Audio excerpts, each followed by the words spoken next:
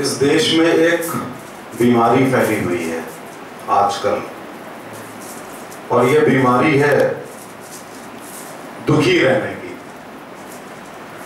और जब एक बीमारी होती है तो उस बीमारी के कई एक शेड्स होते हैं, हल्का शेड, गहरा शेड, और उसी का एक हल्का फॉर्म होता है गंभीर रहना, सीरियस रहना। तो ये बीमारी आपको हर जगह घर घर मिलेगी एक एपिडेमिक फॉर्म में। जैसे एक महामारी फैलती है वैसे ही एपिडेमिक फैला हुआ है दुखी रहने का, गंभीर रहने का, डिजीज ऑफ मिजरी और डिजीज ऑफ सीरियसनेस।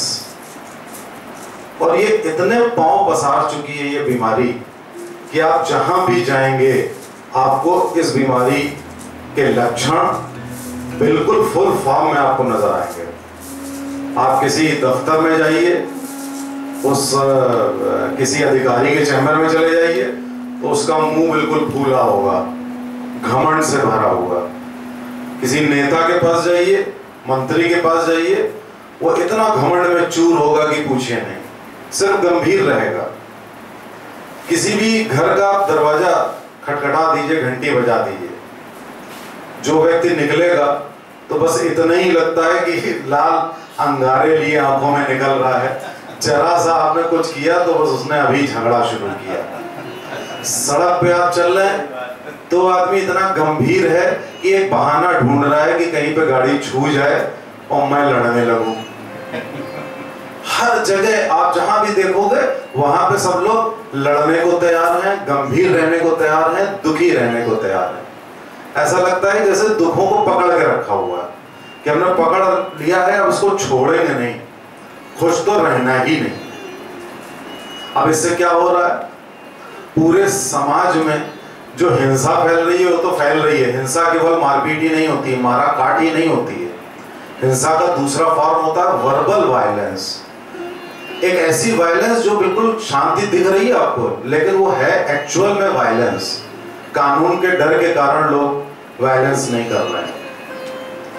और जो भी व्यक्ति खुश रहने की कोशिश करता है तो उसको हम लोग पागल कहते हैं।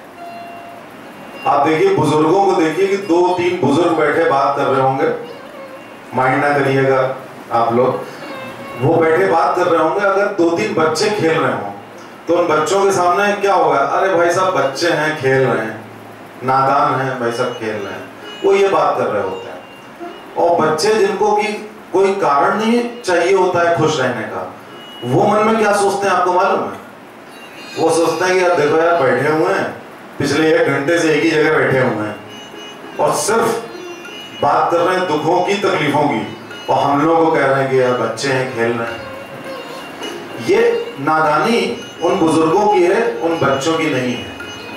आप कहीं भी जाइए, डिस्कशन क्या हो रहा होगा, किसी के घर जाइए, वो सिर्फ बात कर रहा होगा कि अरे भाई बड़ी परेशानी है आजकल, लड़की की शादी नहीं हो रही, लड़के की नौकरी नहीं लग रही, फलाना बीमार है, घर में ये मुसीबत है, फलाने से मुकदमा चल रहा है, फलाने से लड़ाई झगड़ा हो गया है, पड़ोसी बड़ा बदमाश है।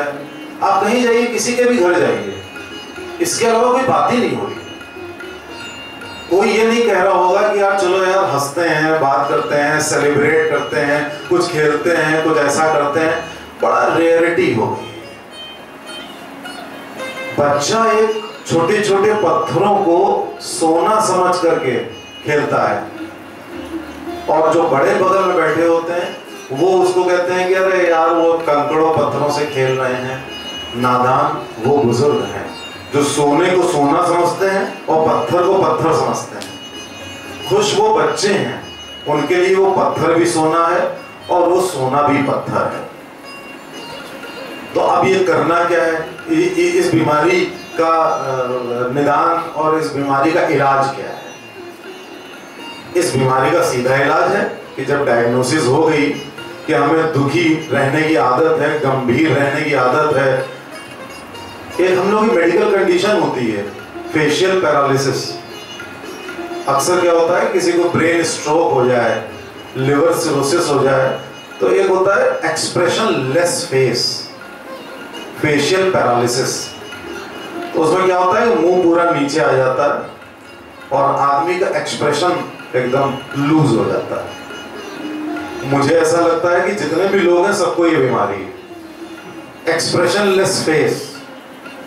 और जिसने वो एक्सप्रेशन लाया उसको तुरंत कह दिया जाता है कि यार कुछ गड़बड़ है यार, ये आदमी ठीक नहीं है यार, खाम खा हंसता रहता है यार, खाम खा हर वक्त वो उस मुद्रा में रहता है, पता नहीं क्या एक मेगैलोमेनिया में रहता है, कुछ साइकोपैथ है, इस तरीके की बात होती है। यकीन मानिए कि ईश्वर ने आपको यहाँ पे भेजा है तो कुछ करने के लिए भेजा है, दूसरा खुश रहने के लिए भेजा है। जैसे ही सवेरा होता है तो आपने देखा है कि वो जो छोटे छोटे जानवरों के पिल्ले होते हैं उछलने कूदने लगते हैं, बच्चे भी उछलने कूदने लगते हैं, सुबह सुबह जाते हैं। तो ईश्वर ने जो ये सृष्टि बनाई है वो हमेशा खुश रहने के लिए बनाई है।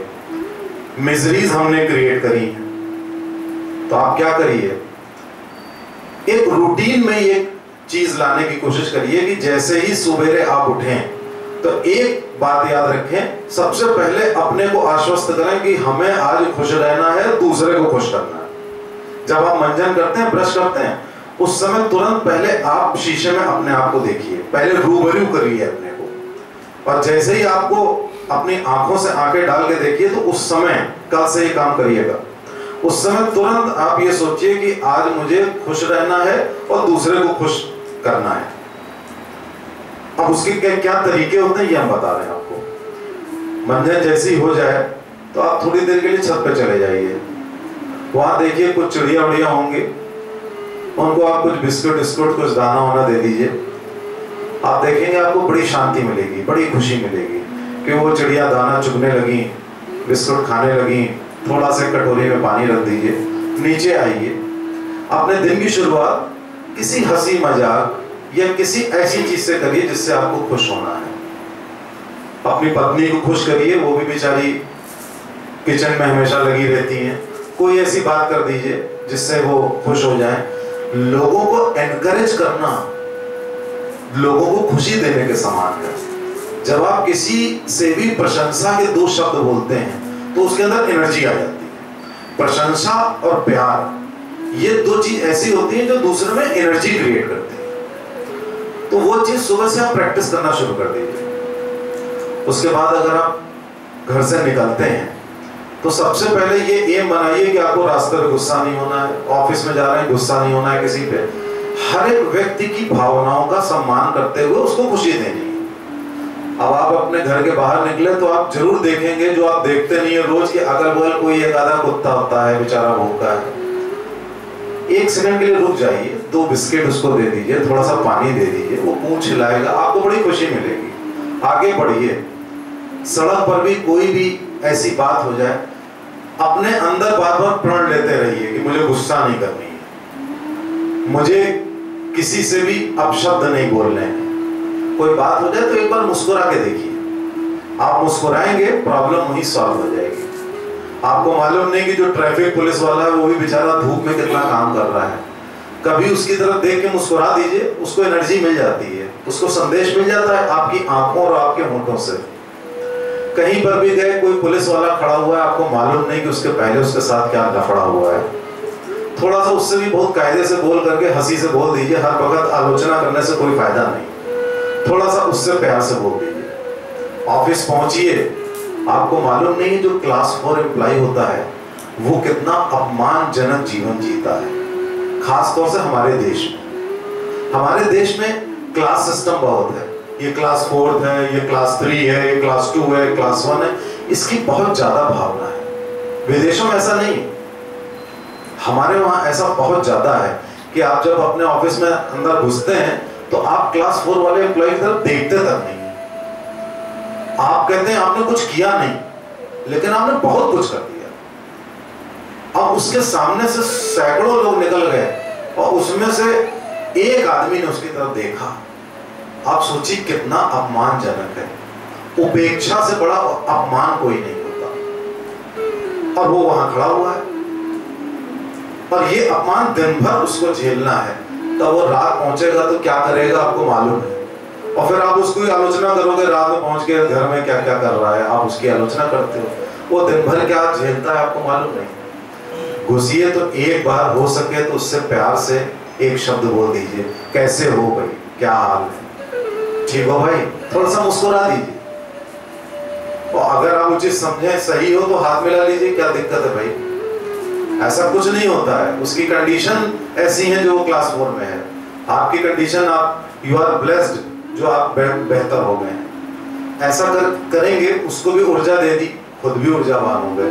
अंदर जाइए, अंदर भी जो आपके अधीन हैं उनसे भी, और जिनके आप अधीन हैं उनसे भी, सबसे मुस्कुरा कर अगर आप पेश आए, हंस करके पेश आए। एक सावधानी है, ज्यादा बात मत करिए, कभी भी किसी से ज्यादा बातें नहीं करनी।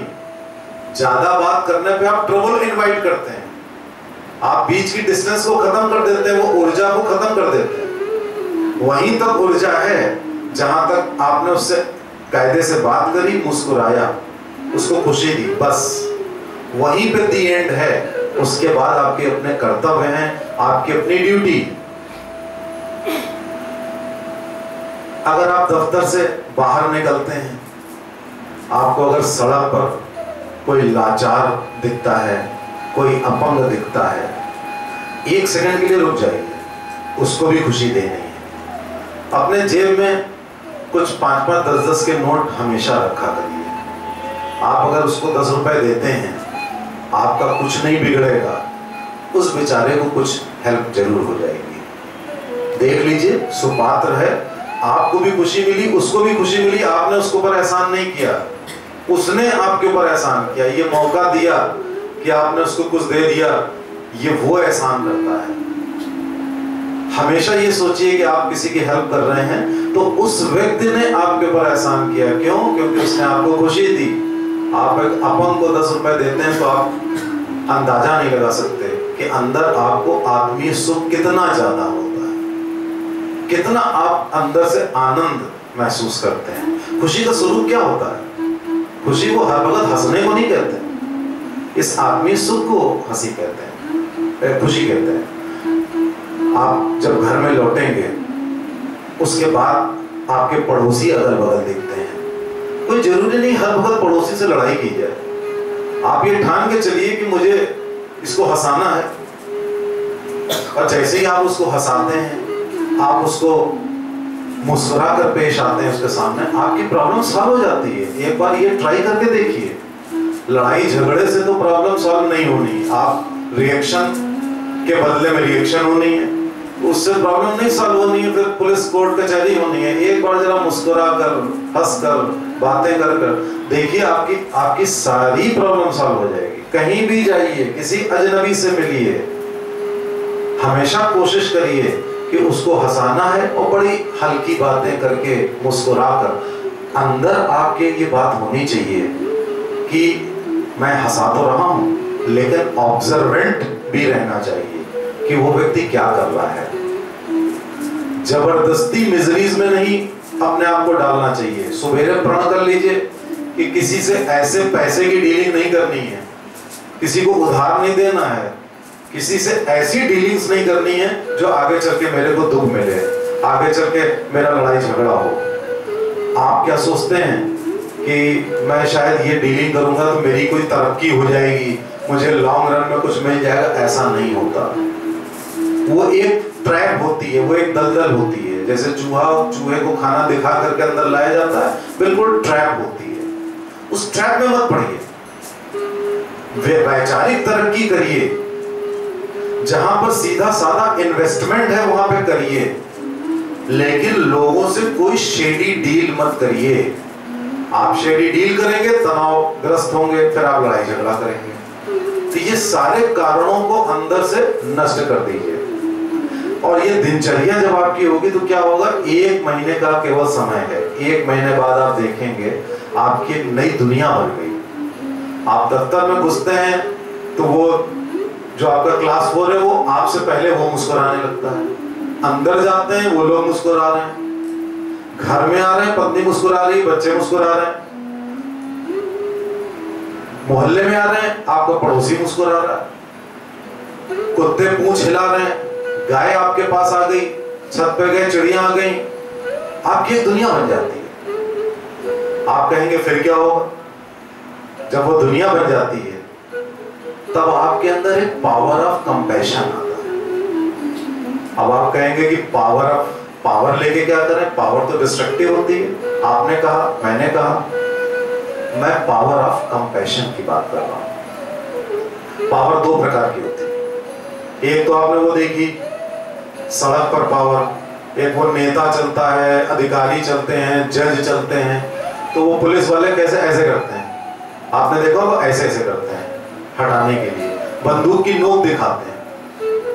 कितना अपमानित आप महसूस करते होंगे। क्या आप सोचते हैं कि वो पावरफुल हैं? अगर आप सोचते हैं कि वो पावरफुल हैं, बिल्कुल गलत फहमी है। वो पावरफुल नहीं है। उनको अकेले किसी मार्केट में छोड़ दीजिए, उनका कोई अस्तित्व नहीं है, चल नहीं पाएंगे। और ये पावर क्या है? ये पावर है power of fear by use of force. जब आप फोर्स यूज करते हैं तो आप फियर क्रिएट करते हैं, और फियर क्रिएट करके क्या होगा, फोर्स आप देख रहे हैं तो आप हट जाएंगे, सैकड़ों लोग हट जाएंगे उनके रास्ते से और वो चले जा रहे हैं। अब आपको लग रहा है पावरफुल है, वो कतई पावरफुल नहीं। क्यों? क्योंकि जो सैकड़ों हजारों लोगों को वो हटा रहे हैं, अपमानित कर रहे हैं, उनके मन में क्या भाव आ रहा है? घृणा के भाव आ रहे हैं, बद्दुआएं निकल रही हैं अंदर से। वो ये कह रहे हैं कि ये जो है, ये आदमी, इसके पास बंदूक है, उसके पास पावर है, तो ये मेरी बेइज्जती, मुझे अपमानित कर रहा है, इसका भगवान कभी भला ना करे। ऐसा हर व्यक्ति के दिल से निकलता है। निकलता है कि नहीं निकलता है? हर व्यक्ति अपने आप को अपमानित महसूस करता है। उस पावर से कोई फायदा नहीं है। वो आज है कल नहीं है, वो पावर है ही नहीं। वो डिस्ट्रक्टिव पावर है, पावर ऑफ फियर है, पावर ऑफ फोर्स। वो असली मायने में पावर है ही नहीं। असली पावर क्या होती है? आप गौतम बुद्ध की मूर्ति कहीं पर हो, कोई भी आदमी होगा, किसी भी धर्म का आदमी हो, वो नतमस्तक हो जाएगा। जब आप उनके चेहरे की ओर देखते हैं तो आपको जो मुस्कुराहट दिखती है, अपने आप आपके अंदर मुस्कुराहट आ जाती है, अपने आप नतमस्तक हो जाते हैं। उनके अगल बगल कमांडो नहीं होते बंदूक दिखाने वाले, वो पुलिस वाले नहीं होते ऐसे ऐसे करने वाले, कोई नहीं होता उनके अगल बगल। आप स्वामी विवेकानंद को देख लीजिए, आप जैसे ही देखते हैं आपके अंदर श्रद्धा भाव आ जाता है। कभी आपके अंदर अपमान या घृणा आती है? कभी नहीं आती।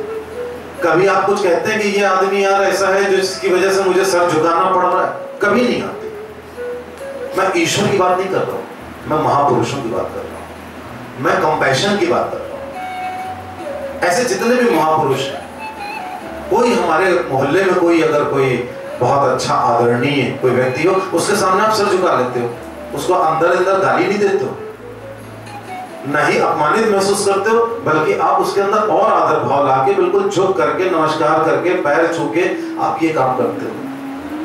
This is known as power of compassion.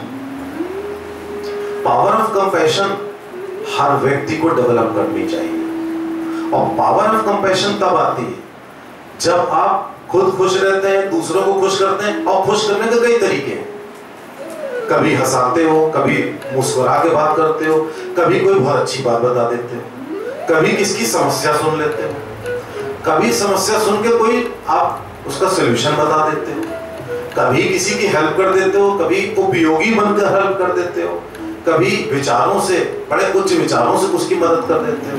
ये सारी चीज कंपैशन में आती है। You develop a power of compassion by this conduct. एक बहुत पावरफुल व्यक्ति, जो एक मंत्री हो, प्रधानमंत्री हो, मुख्यमंत्री हो, जो भी हो सो कॉल्ड, वो आदमी भी ऐसे पावर ऑफ कंपैशन वाले व्यक्ति के आगे पावरलेस होता है। एक वाक्य बहुत पहले बोला था कि एक हैप्पी, एक खुश व्यक्ति के आगे इस दुनिया का सबसे शक्तिशाली व्यक्ति भी अपने आप को शक्तिहीन समझता है, पावरलेस समझता है। तो ये जो हैप्पी या खुश व्यक्ति है, खुशहाल व्यक्ति है, इसके भी कई ग्रेड होते हैं। एक तो केवल वो व्यक्ति हो सकता है कि जो केवल खुश रहता हो, दूसरों को खुश करता हो। उससे ऊपर ग्रेड है कि खुश भी रहते हैं, आत्मीय संतुष्टि भी देते हैं। उसके ऊपर का ग्रेड है कि हम तुम्हारी समस्या भी सुलझाते हैं, उपयोगिता भी अपनी बताते हैं और उस वे में आपको खुशी देते हैं। तो ये खुशी देने और खुश रहने के कई ग्रेड्स होते हैं। तो उन ग्रेड्स को समझिए। पहला ग्रेड तो वही है कि सवेरे जो मैंने आपको दिनचर्या चेंज करने के लिए बताया, पहला ग्रेड वही है। तो जब आप एक ग्रेड को प्रैक्टिस करते हैं तो कुछ महीने के बाद फिर दूसरे ग्रेड पे आ जाते हैं और धीरे धीरे आप उन्हीं महापुरुषों की श्रेणी में आने लगते हैं। तब यही जो सो कॉल्ड पावरफुल लोग हैं ये आपके आगे नतमस्तक होते हैं। तो ये पावर आपके अंदर है, वो पावर कमांडो और पुलिस वाला और वो जो फाइलें और नेता और उस सब में नहीं है पावर। इस बात को बहुत गौर से समझना पड़ेगा कि जो पावर ऑफ कंपैशन की बात कर रहे हैं वो भी हैप्पीनेस से आ रही है, यानी कि हैप्पीनेस से सब कुछ आ रहा है। एक और चीज बहुत इंपॉर्टेंट आ रही है हैप्पीनेस से। एक आपने बच्चे को देखा है ना, वो बगैर कारण के खुश होता है, उछलता रहता है, खेलता रहता है। उस बगैर कारण से खुश रहने के कारण उसके अंदर एक ऊर्जा आती है और उस ऊर्जा से वो अपने सारे काम करता है। धीरे धीरे वो ऊर्जा हम खोते जाते हैं। जो डिजीज ऑफ सीरियसनेस की बात शुरुआत में कही, उससे सबसे बड़ा नुकसान ये होता है कि हम शक्तिहीन हो जाते हैं। गंभीर आदमी बैठा हुआ है, कोई काम ही नहीं करेगा, वो उसके अंदर ऊर्जा ही नहीं होगी। और अगर आपके अंदर ऊर्जा होगी, बच्चों जैसी ऊर्जा, पागलों जैसी ऊर्जा, पागल भी बगैर कारण के खुश होता है। अगर उनके तरह ऊर्जा हुई तो 70 साल का आदमी आपको बच्चे की तरह लगेगा। बिलीव मी, अगर 70 साल का आदमी खुश हो जाए बगैर कारण के, गंभीरता और दुखी होने की बीमारी को दूर कर दे, यकीन मानिए आप उसकी एज कभी पूछेंगे ही नहीं। आपको लगेगा यार ये तो खुश रहता है, उसकी आप एज नहीं पूछते हैं। जो फिल्मी कलाकार हैं आपको खुशी देते हैं, पर्दे पे देते हैं, आप कभी उनकी उम्र पूछते हैं? किसी भी फिल्मी कलाकार की आप उम्र नहीं पूछते हैं। सालों साल बीत जाते हैं, वो 70, 80, 90 का हो जाता है, आप उसकी उम्र ही नहीं पूछते हैं। लेकिन आप अपने घर में और सड़क पे मोहल्ले में सबकी उम्र पूछते हैं, ये तो इतने साल का हो गया, ये तो इतने साल का हो गया। क्यों पूछते हैं? क्योंकि आप गंभीर हैं, वो भी गंभीर है। गंभीरता को त्याग दीजिए। ये पहली स्टेप है खुश रहने और खुश करने की। वो जैसे आप स्टेप अपनाते हैं, दूसरे लोग खुद ही जान जाते हैं कि इसकी कोई उम्र नहीं है, ये एजलेस है। मैं हमेशा कहता हूं कि एजलेसनेस, यंग रहने का फार्मूला और खुश रहने का फार्मूला एक ही है। अलग अलग फार्मूले नहीं होते, एक ही फार्मूला होता है। और जब सब जने ऐसे ही खुश होते हैं तो क्या होता है, पावर ऑफ कंपैशन के साथ साथ इतनी एनर्जी लिबरेट होगी इस देश में, इस समाज में, कि ये देश कहां जाएगा। इसीलिए मेरा सुझाव रहता है इस देश के जो मुखिया हैं उनके लिए कि अपने देश में एक हैप्पीनेस इंडेक्स होनी चाहिए और प्रमोशन ऑफ हैप्पीनेस होना चाहिए। इसलिए नहीं कि हैप्पीनेस से स्ट्रेस भी खत्म होती है, आतंक खत्म होता है, डर खत्म होता है, दुख खत्म होता है, और उसके साथ साथ एक एनर्जी लिबरेट होती है, ऊर्जा। हर आदमी ऊर्जा की बात करता है, कभी हम सोलर एनर्जी की बात करते हैं, कभी किसी एनर्जी की। ये एनर्जी जो हर व्यक्ति से निकलेगी, ये एनर्जी इस देश को कहां ले जाएगी आपने कल्पना नहीं की। जो खुशहाल देश होते हैं वो बगैर ज्यादा रिसोर्सेस के बहुत आगे तरक्की कर जाते हैं। तो आज का संदेश कि कल से यही दिनचर्या अपना लीजिए, खुश रहिए, ऊर्जावान होइए, इस दुनिया से सारे दुख दूर कर दीजिए, और साथ ही साथ पावर ऑफ कंपैशन और एजलेस होने का घाटे में पा लीजिए। ये घाटे में आपको मिल रहा है, पावर ऑफ कंपैशन और एजलेस होना। और जब तक आप जीवित हैं तब तक आप इतने आनंदित रहेंगे कि आपको लगेगा यार क्या जीवन पाया है मैंने। Thank you very much.